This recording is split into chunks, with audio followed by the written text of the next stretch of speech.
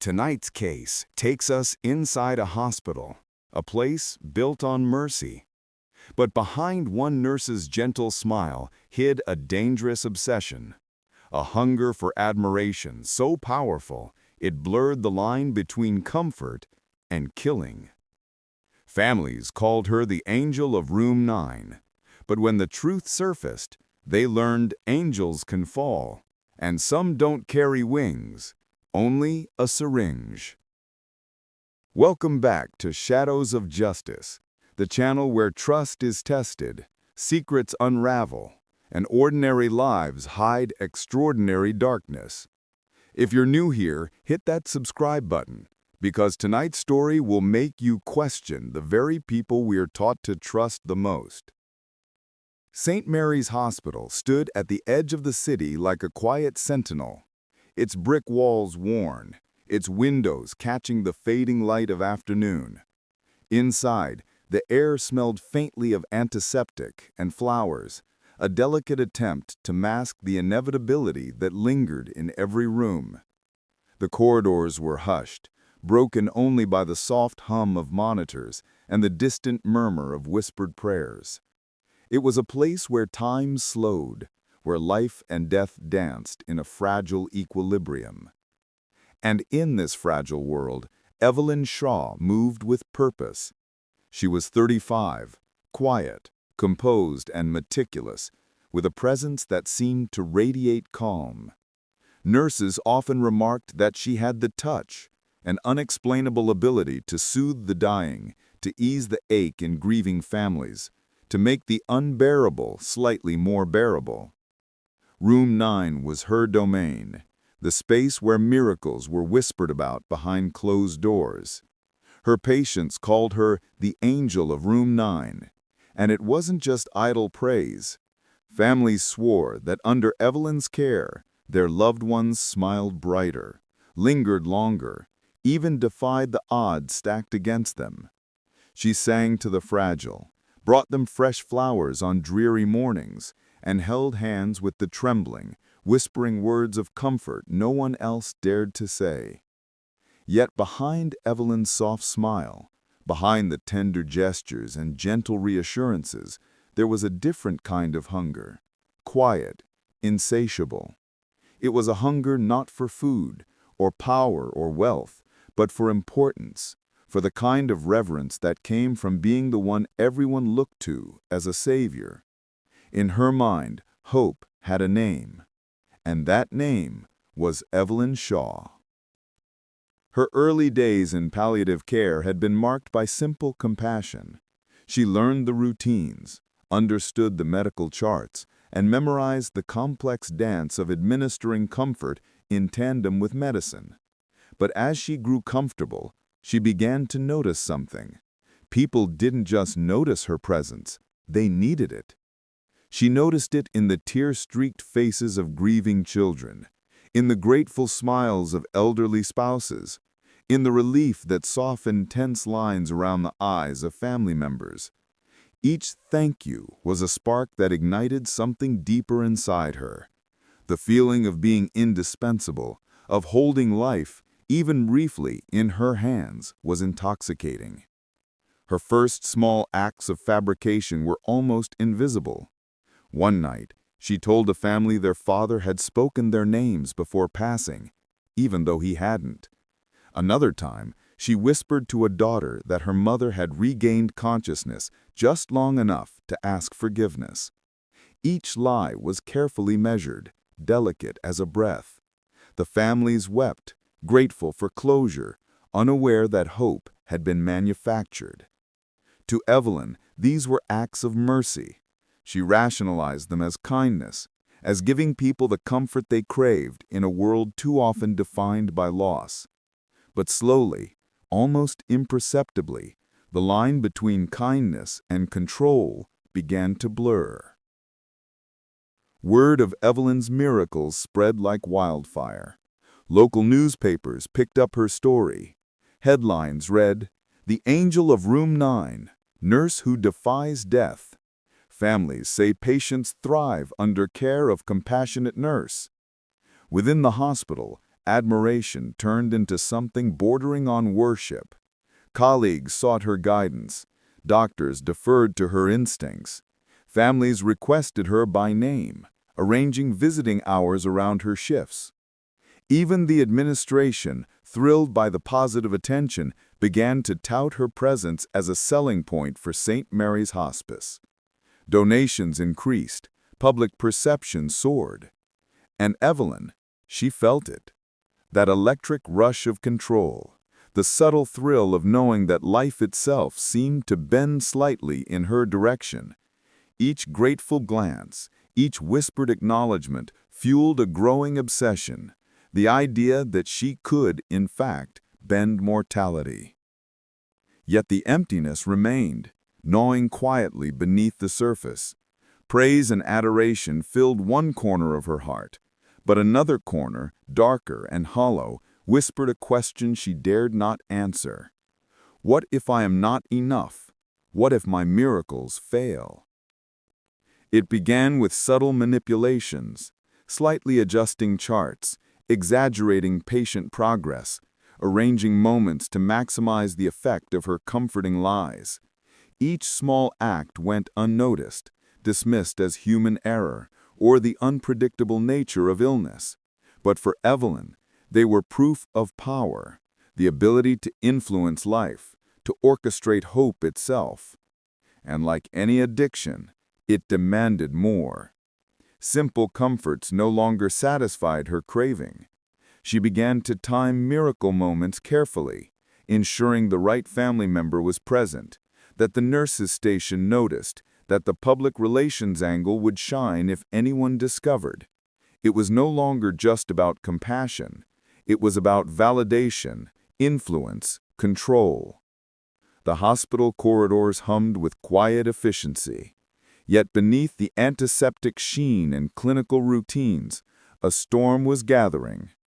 Evelyn Shaw walked the halls with the same serene grace as before, her white uniform crisp, her demeanor gentle. But inside, a subtle exhilaration had begun to pulse through her veins, a thrill born not from saving lives, but from the power to influence them. What had begun as small, comforting fabrications now demanded more.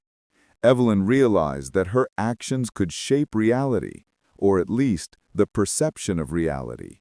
She could dictate who lived a little longer, who passed with dignity, and who left the world convinced that miracles had graced their final hour. The corridors of St. Mary's Hospice were quiet, yet for Evelyn Shaw, every step echoed with possibility.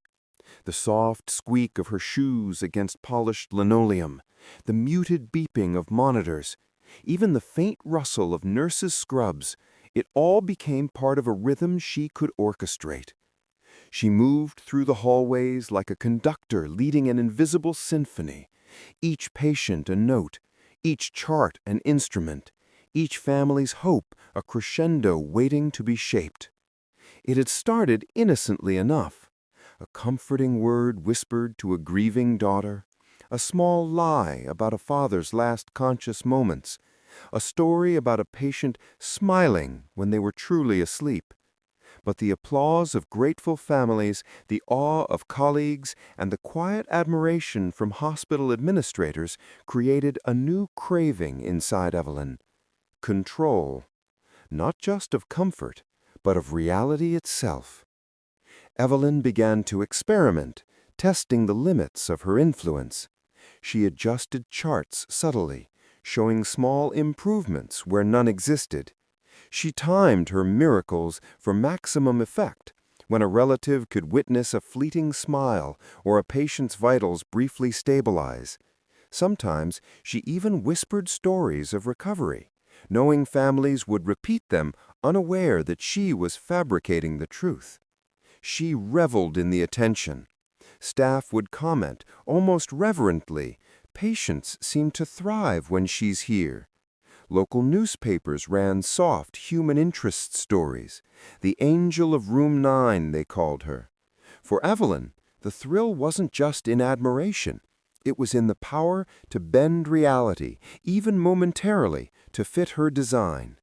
And yet, with each minor fabrication, the line between kindness and manipulation began to blur. It happened gradually, almost imperceptibly. A slight increase in morphine here, a subtle alteration in oxygen levels there, nothing that could immediately raise suspicion. She rationalized each act as mercy. If a patient is suffering, and I can ease it, even if it means bending the rules, is it not for the greater good? Evelyn began to target her miracle moments with intention. She carefully chose patients whose improvements would be most visible, most dramatic, most memorable. Each success reinforced the illusion. She was not merely a nurse, but a force capable of influencing life and death itself. Colleagues began to notice. Not the subtle adjustments, those went undetected, but the extraordinary results. Families praised her, staff deferred to her, and administrators smiled at the hospital's growing reputation. But no one questioned the invisible hand guiding the outcomes. Not yet. Then came Lydia Moore, a 19-year-old with late-stage cancer. Frail, pale, and tethered to monitors, Lydia seemed destined to fade quietly, a young life slipping through fragile fingers. Her family sat vigil daily, alternating between hope and despair, their hearts tethered to every beep and every breath. Evelyn saw the potential, not malice, not cruelty, but opportunity. She approached the bedside with her usual gentleness, adjusting Lydia's blankets, smoothing her hair, whispering words of comfort. But beneath the veneer of compassion, a darker calculation unfolded. Evelyn began to subtly modify Lydia's medication, carefully orchestrate her vitals, and time moments of apparent improvement. When Lydia's lab results showed slight anomalies, improvements that should have been impossible, the hospital erupted in praise. Staff marveled at her ingenuity. Families wept in relief. Evelyn smiled, inwardly intoxicated by the illusion of control she had conjured. Every act reinforced the addiction. Evelyn was no longer satisfied with mere compassion. She craved the sensation of being indispensable, the intoxicating mix of admiration, fear, and awe. Her manipulations became more daring, her timing more precise, and her sense of morality more malleable. The thrill came not only from her control over patients' perceptions, but also from her mastery of the hospital's narrative. She could dictate which families experienced hope, which staff witnessed miracles, and which patients left quietly, their passing framed as peaceful or extraordinary. The line between life and death, truth and deception, blurred beneath her meticulous hands. Yet beneath the surface, tension simmered. A nurse glanced at Lydia's chart and frowned at a subtle discrepancy. A doctor questioned a vitals reading that didn't align with the lab report. These anomalies were small, almost negligible, but in Evelyn's carefully constructed world, they were the first cracks in the facade. She dismissed them, she rationalized them, but the first seeds of suspicion had been planted. The very mechanisms she had used to orchestrate miracles, the manipulation of charts, medication, and perception, were setting the stage for tragedy. The soft hum of monitors filled room 9 like a pulse, steady, mechanical, indifferent. Lydia Moore lay beneath crisp white sheets, her chest rising and falling in rhythm with the machines that recorded every fragile heartbeat. She was 19, delicate as a porcelain figurine, and yet alive in a way that defied the inevitable decay of her body. Her parents held her hands, their knuckles white with fear and hope, whispering words that were half prayers, half pleas. Across the room, Evelyn moved with her usual grace, her expression a calm mask over the storm within. She had been watching Lydia for days, charting her vitals, adjusting medications, timing every moment of perceived improvement. Each small rise in oxygen saturation, each fleeting sparkle in Lydia's eyes was another note in the symphony Evelyn conducted. But unlike the past, Evelyn was no longer merely guiding hope. She was orchestrating it. It began subtly. A small adjustment to Lydia's morphine drip, a temporary stabilization of vitals, a whispered encouragement at the exact moment her parents arrived. Each move was calculated. By the evening, Lydia's condition appeared to improve, her pale cheeks tinged with color, her parents' eyes glistening with relief.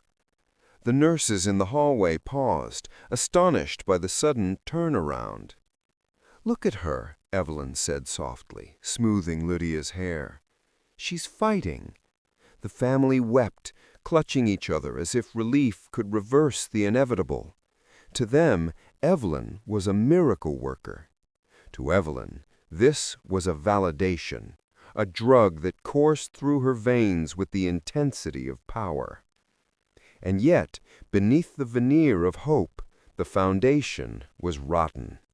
The adjustments she made were temporary, her interventions unsanctioned, her manipulations precise, but deadly.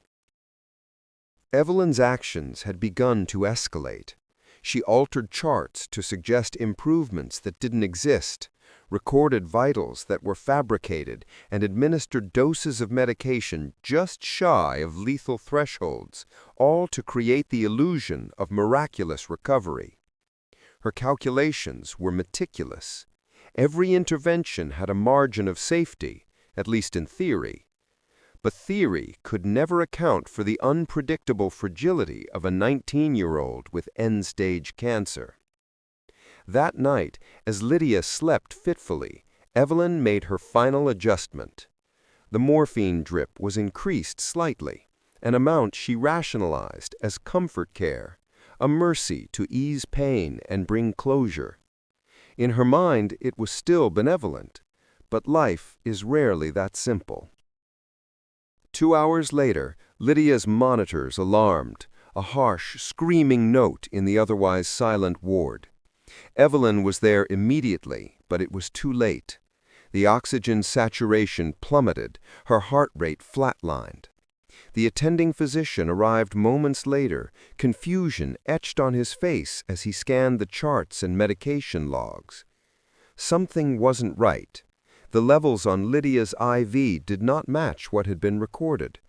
The discrepancies were subtle, almost impossible to detect at first glance, but in combination they suggested intervention beyond what was authorized. Lydia's parents were devastated. Their relief had been fleeting, their hope cruelly manipulated. Evelyn stood over the bed, her composure fraying ever so slightly.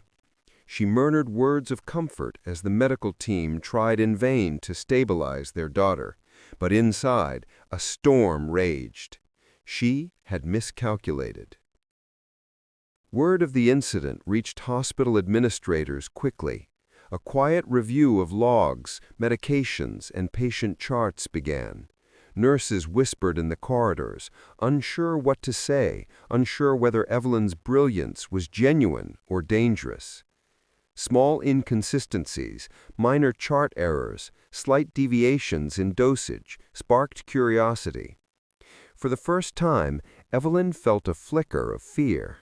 She reassured herself she had acted in mercy. She had provided hope.